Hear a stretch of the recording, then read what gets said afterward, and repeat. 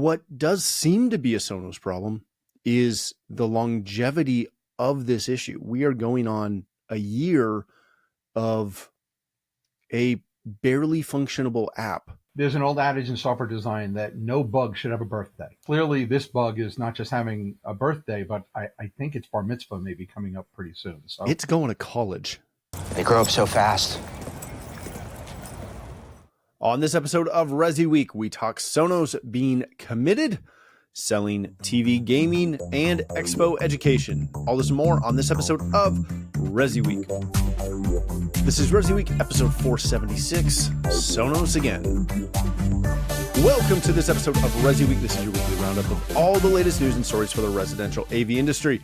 I'm your host, Matt D. Scott for AVNation.tv. And this week, I'm pleased to be joined by two of my good friends back from vacation, Mr. Mark Feinberg. He's the president of Home Theater Advisors. How you doing, sir? Doing great, man. Thanks for having me on. Thank you for being here. Then we've got my good friend, Avi Rosenthal. He's a partner at BlueConnect Partners. How you doing, Avi? I'm doing well on this happy Monday. Happy Monday. Yeah, it's snowing right now. I'm happy again because it's snowing. It's not sticking, but it's snowing. Oh, spring is sprung here. We got cherry blossoms, so we're all good. I don't want to talk about it. I want snow and skiing and more. All right. In the story that just won't die, this comes to us from CE Pro as we kick it off. Sonos remains, hold on, air quotes, 100% focused to app improvements. I did air quotes if you're just listening, so you know that I don't believe this at all. Their chief innovation officer says the company remains committed to improving its app and has released several new updates to fix issues. Go read through the article. Zach does a great job trying to cover the storm that continues to reside over top of Sonos in some of their issues with obviously the app, their network, etc. They have had a busy couple of months. Obviously, Patrick Spence is out. There's an interim CEO and an interim head of technology. They've had a litany of people who have moved on with their career paths, shall we say, over the last little bit. A couple of weeks ago, we talked about their fledgling stock prices. This article and a few others have reported that they are pausing their new product that no one is officially talking about, but is supposed to be a video device that has been on hold as everyone is hands-on on fixing the app. Mark, let me start with you on this one. Oh, Lord God. The app continues to be a problem. The network continues to be a problem. My entire system went through a power outage over the weekend and took over 36 hours to come back online. Even the fixes that I used the last time this happened didn't solve the problem. They just continue to struggle with this. Is this at all salvageable? When do investors, we know a lot of people have jumped ship. Are investors going to jump ship? Have they jumped ship? What's going on? Yeah, I mean, if you look at the stock price, it's fallen about 25% from when this all started until, I'm going to go to about a month ago when the market went mayhem, and it's hard to separate Sonos out from what happened in the rest of the market. It's a pretty big drop, and I think I was just looking at Yahoo Finance, and there's a sell on Sonos stock right now from lots of analysts with an $11 target price, and they're at like $14, $15. Yep. Market is not happy with them. Read this article. Listen, I hope they're not 100% focused on the app because it's probably too many cooks in the kitchen, and you've got to have other things going. You can't put your entire company into one thing because then you have nothing in the pipeline. So I hope that 100% focused isn't totally accurate, but hopefully there's stuff that a year from now will be coming out and haven't frozen everything. But if they still exist, no, I think they'll exist.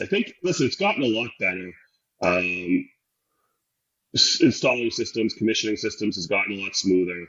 They've done something within their network. Their spanning tree protocol has gotten a lot worse. It's choking a lot more systems than it used to. And I'm going back to legacy systems I haven't touched in years and having to go tweak the network and turn Wi-Fi off of the Sonos devices to get things working again. they still have a good way to go, and they're still breaking things is the problem. This whole network and stability protocol issue has lasted a couple of months. Yeah. So while they're fixing things, they're breaking others, and I don't think they're aware they're doing that. Avi, you've been around this business a minute. You've watched lots of companies go through, issues, right? It happens to everybody. This is not just a Sonos problem. Yeah. What does seem to be a Sonos problem is the longevity of this issue. We are going on a year of a barely functionable app most of the time. I reset this app more than literally any other app, and I don't do much. Yep. Like I am not DJing a party at the house. I'm literally just trying to play a random song every now and again, rather than the normal albums that are in rotation. Is this actually this hard, or is this a broader example of dysfunctionality at a corporate level? So, there's an old adage in software design that no bug should have a birthday, right? There should never be a situation where a bug has a birthday. You've heard me say that before, and clearly this bug is not just having a birthday, but I think its bar mitzvah may be coming up pretty soon. So it's going to college. It's going to college, exactly. So, when I've actually been on the inside of some of these situations at other companies, right, where you get into this death spiral of there's a mistake that was made, right, and the mistake was deep in the core someplace and wasn't found out for whatever reason until it was out there in the wild. And it takes a strong stamina from an organization to recognize that there is a problem and do a hard reset. And my thinking, I'm not on the inside of Sonos, right? So I can only conject what's going on. But to me, it seems like with all of the changes going on in leadership, nobody has the stamina or the stomach to say, okay, boys and girls, yeah, this is messed up. We need to do a hard reset. We need to do a hard reset on the problem that we caused and go backwards and drop everybody back, drop out the features that caused the problem and go back to square one and start again. That's really hard for an organization to do. And clearly Sonos is having issues doing that because they keep multiplying the problem. Mm-hmm. Every time they think they brought out a fix, they haven't done enough edge testing to determine whether or not it actually is a fix for everybody. And this goes back to leadership. With all the people who are leaving and all the people who are interim and all the stock price going down, there's an immense amount of pressure on them financially. There's an immense amount of pressure on them, politically, not global political, but the, consumer political. And in my opinion, they're just not taking the steps that they need in order to do that hard reset. And sometimes somebody's got to raise their hand and say, hey, let's do this. Because at the end of the day, it's not this hard. They're making it harder on themselves by exacerbating the issues that they've had. And instead of just taking a moment and taking that beating and doing that reset and bringing everybody back to zero, they keep trying to throw fixes at this thing. And clearly, it's just not doing it. Yeah, I feel like they need a heavy-handed approach to come in and just... It's hard for an interim CEO or an interim CTO to be that heavy hand, right? Because they know they're only in the seat momentarily. Or if they're vying for the seat, they don't want to break more stuff and end up being thrown out of the seat. So it's a difficult position to be in. At what point, though, do they reach that point of no return? I would have thought they were there in December. You and me both. Right. I thought when they bricked all those units that they were there in December. When the CEO leaves and these other people are leaving in droves, it's like rats jumping off a sinking ship. Yeah, it's sad to watch. Hopefully they can turn it around. All right, we're going to change topics for a second. This also comes to us from CE Pro. Don't sell your product short. That TV or streaming box may just be a gaming console. Samsung and some other manufacturers are winning over gamers with the ability to play popular games right on a TV projector, monitor, etc. Zach goes through and talks about a opportunity he had to review a Samsung S95D OLED that allowed him to utilize the Samsung Gaming Hub to play a bunch of current games out of the cloud, like Forza Horizon 5, Red Dead Redemption 2, Call of Duty, etc. And he also explains that there's a full thing from LG, as well as Apple TV, and heck, Netflix has games now, et cetera, et cetera, et cetera. Avi, let me come back to you on this. Are casual gamers actually going to take advantage of this? Or is this a really, really, really small portion of gamers who see this and go, oh, that's cool. I might do that every now and again. I was the most excited about this article out of anything you sent me this week. Really? I am a casual gamer myself. I do not own an Xbox or a PlayStation. And so I can't game the way the big kids do, right? Because I don't own this equipment.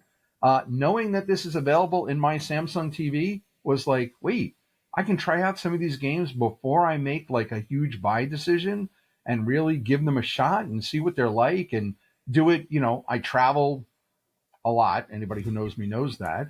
And so the ability to like come home, sit on the couch and game casually without having to worry about upgrading equipment, this is a nirvana. This is the coolest thing ever. I think this is going to reach a group of people who aren't willing to shell out the $500 for a box that they know is going to sit in the corner and collect dust, and give them an opportunity to play some games, do some stuff. Are they going to be the diehards at it for 8 hours a day and winning everything and going to esports arenas? No, but there's a whole sector of the population that is missed out because we haven't gone out and made the financial investment on a box. If this was just available to me and I could flip over to it like another streaming service, heck yeah, I'd do it. Man, that I gotta say, I did not expect that take from you. That's fantastic. Mark, that is going to change sort of my approach to you.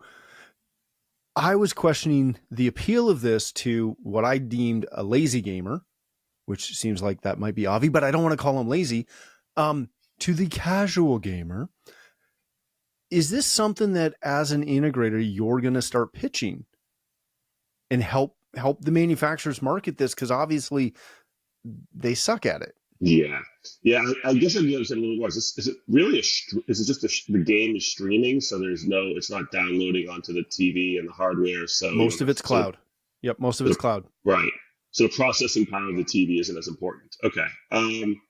Yeah, I mean, I think for the casual gamer, like I think especially I have a lot of families who are my clients, and they, don't want to put a game system in. Knowing this is an option, maybe down the road. Oh, when your kid wants the game, just download this app, and when you think they're ready for it, you can add it on. I question the no new hardware because how many clients do you have with smart TVs that aren't so smart anymore because the apps no longer work and are no longer updated because they've got a 12-year-old TV on the wall that they don't want to replace, right? Much easier to replace an Xbox than it is to take a TV down and swap out a new one and remount it and all of that. So I don't know, Mark. I was in Costco this past weekend and the new sets are out, and my wife was with me and I was always drooling, and she's like, which one? Not that I have an old right? Because I mean, I'm in the business, so I don't have an old television. But it's like, man, have you seen the new Sony with the non-reflective and the real blacks? Yeah. And I mean, come on. So, but we're into this, right? Yeah. My casual client, who I can't tell you how many like Samsungs with 2-inch wide bezels I'm still, mounting and not mounting, but resurrecting the system with other new hardware, but they don't want to replace the TV. I think there's a market there for the casual gamer. Would I maybe even do it more? I'm not a gamer. My son has an Xbox and schleps back and forth to school and to home and to school and to home. Yep. And maybe if he had a TV that he could do it on at home, he didn't have to bring the Xbox home for the month he's here. That might make things a little bit easier too. Yeah, I see a market for it. I don't know if it's going to sell the TV. It's not. The end user, the homeowner, the client, whatever you want to call it, has to understand it's even there. And I guess that's part of our job. And what your question was, Matt, making sure they know it exists, because even I didn't know how it worked. Right? No. I just had to ask you guys how it works. And it's funny because I read the article and it had me running downstairs to the theater to go, hey, does because I've got a Samsung that's about maybe a year and a half old or so. And I was like, wait, is this? And sure enough, the software is there. So I have to get on my local retailer app and order a couple of controllers, because that's so is it just like an Xbox app on the TV? TV? Is that that's exactly what it is. It's just yep. And I mean, my son is a huge gamer. Hmm. One of my girls is as well, and we've already got the family subscription to the various gaming cloud services, right? Because Mhm. they have Right. switches and things that they carry around with them. Yep. And my son uses a portable gaming. I forget the name of it, but it's that real high end NVIDIA, gaming system. And so we've already got the cloud. We already pay for the cloud service. Oh, okay. I had no idea it was available to me. So it's basically it's kind of Netflix for gaming. So then it's a Yeah. subscription and you can play whatever you want. And by the way, the Netflix folks and the Amazon Prime folks and all those, they've got some casual, what I would They've call arcade. mobile-esque Yeah. games that are already on their system. And so I know one of my daughters, for instance, loves to sit and there was an old frog game that she used to play with the marbles and the round. You shoot the marbles, and I can't remember the name of it, but she plays it on a big screen now, and it's like really cool because she plays it on her big 80-inch flat screen instead of on her little 6-inch phone. Yeah. And the kids love that. I mean, that's it seems that when they all get together, that's what they do is they do a little bit of casual gaming. This is a little bit of a better level, right? Mhm. Because obviously better graphics, better experience, better gaming. It's not just some casual mobile shoot 'em ups, but I think this is the coolest thing. I think this is a completely underserved market that now has the ability to. I can't wait to see what games they come out with to Yeah. enhance this kind of gaming experience. Yeah, I think you're right. I mean, to that point, I agree with you. There's a lot of people who don't want to go out and spend $500 on an Xbox or a Yeah. PlayStation or Mhm. to start gaming because they don't even know what they want to do or what's interesting. Right. They to don't know them. where to start. They don't know where to. Yeah, I agree. And this is a great way to sort of dip your toe. Let me sign up for whatever it is, 10, $20 a month. And if I Yeah. like it and use it, great. If I don't, I cancel it. Yep. Yeah. Or That's never wonderful. cancel it like me and just pay for it forever. In perpetuity is the word you're looking for. There you go, in perpetuity. All right, let's hit our last story of the day. This comes to us from ResTech Today. CEDIA unveils a revamped education program for 2025 CEDIA Expo. This is being tapped and kind of run by Amanda Wildman, who's a good friend of the show and a good friend of ours. Yay. She is curating a full slate of cutting edge classes. Go read through this. There's a business track, a technical track, a design build track, and a future focus track. There's some names included in this who are helping to lead some of these courses that you will know. Go read the article. You'll figure that all out. Mark, let me start with you on this. When I first saw this, when I first read the headline, my initial reaction was they revamped it again. Yay. And then I saw Amanda was involved in that helped me be a little bit more, we'll say, cautiously optimistic. They continue to revamp education, especially education at the show. Deja vu all over again. Do it all over again. Now, I'm also aware that our industry moves very quickly. The technology changes very quickly, and thus it does need to be changed often. Is there a bit of a marketing issue here where it's revamped because it needs to be updated and that's not a bad thing versus the, hey, we're changing everything again? What's going on with this? Yeah, I gotta say, I like the tracks. I think that's a nice way of packaging it and kind of cutting it up so people it's a little bit more easy to digest. I feel like in the past it was sort of like here's a slate of training, go pick and choose what you want. This at least you can be like, okay, what am I more what category or track am I more interested in? I do like that tack. But yeah, I think they have a marketing challenge. Matt, I saw the same thing you did. I saw the headline. I'm like, oh my god, really? I mean, I've been in this industry for like 15 years, and I think I've seen this like 6 or 7 times. So kind of you to say 6 or 7. So respectful. It's just a challenge. Is it any better? They've got to get some unbiased reviews, basically, if people say, yeah, this really was good, this really helped. Because I find it hard to take time out of the show floor to go to trainings because I'm spending so much time meeting with my reps, meeting with my vendors, meeting with friends on the floor, seeing new product, putting hands on things. That's really what I'm there for. And then to pull time out to go to a training and it ends up being a disappointing training, you're like, great, I just killed an hour and a half, or 2 hours, and I could have been doing X. So it's how to you've got to sort of almost have a beta run of it for some people, maybe virtually, so you can get some buzz out there on it. Because if you just go in cold to CEDIA, someone like me who's like, I'm just not going to waste my time signing up for all these trainings, and being disappointed.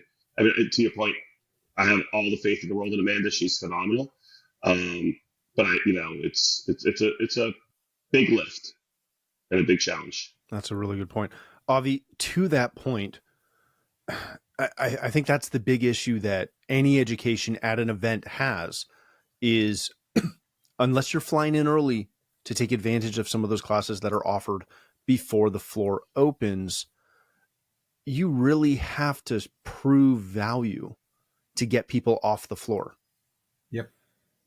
Is there a methodology or a way that they can do that actually is effective?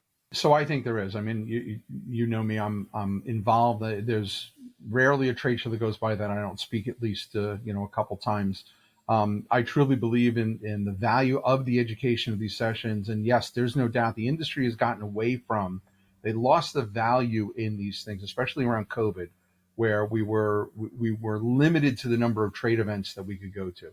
And I'm very enthusiastic about Amanda. I think she's going to do a phenomenal job. I think she understands the value of education. She understands the value of bringing people together. And Mark, you're absolutely right. The trade-off today is difficult, right? The equation today is, do I take 2 hours off the floor, 2 hours worth of conversation to learn something?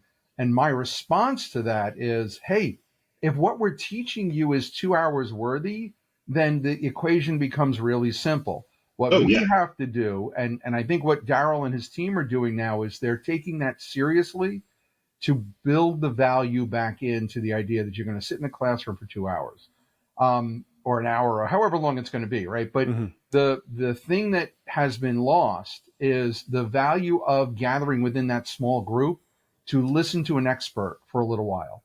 First of all, you get the networking opportunity of meeting the people who have a like-minded idea that you do in learning whatever the expert is talking about. Second of all, you get the expert insights, and you get those insights to be able to take them back with you to the world. It's not just about networking, getting a better price, or learning about a new product. It should be learning about new concepts that drive your daily life in a more significant way. And that could be business issues, that could be technical issues, that could be learning about a new product, yes, but more so learning a new concept, how it alters your life. And I think that's what Amanda, if you look at her list, is really driving at, is it's not just about, learning the latest protocol or getting 20-minute review from a manufacturer. It's truly understanding that the world is changing. There are big problems and big issues that integrators are faced with today that they were not faced with 5 or 10 years ago. The complexity of the systems has changed. The labor force requirements have changed. Finding labor has changed. The business models have changed. The service models have changed. And I think that we've gotten away from the idea that there is good information out there that can't just be garnered from watching a YouTube video. And I think it's important that we go back to this idea and this concept.